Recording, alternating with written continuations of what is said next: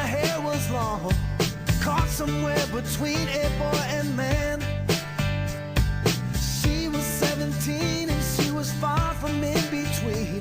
It was summertime in northern Michigan.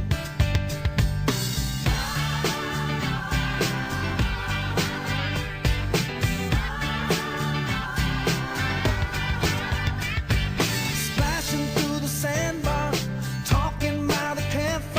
It's the simple things in life, like when and where. We didn't have no internet, but man, I never will forget the way the moonlight shined upon her hair.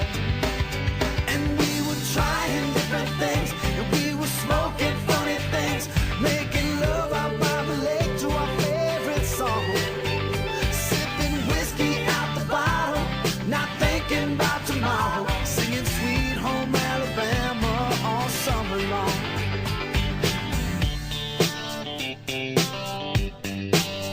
Singing Sweet Home Alabama all summer long. Catching walleye from the dock, watching the waves roll off the rocks. She'll forever hold a spot inside my soul. We'd blister in the sun, we couldn't wait for night to come to hit that sand and play some rock and roll, while we were trying different things.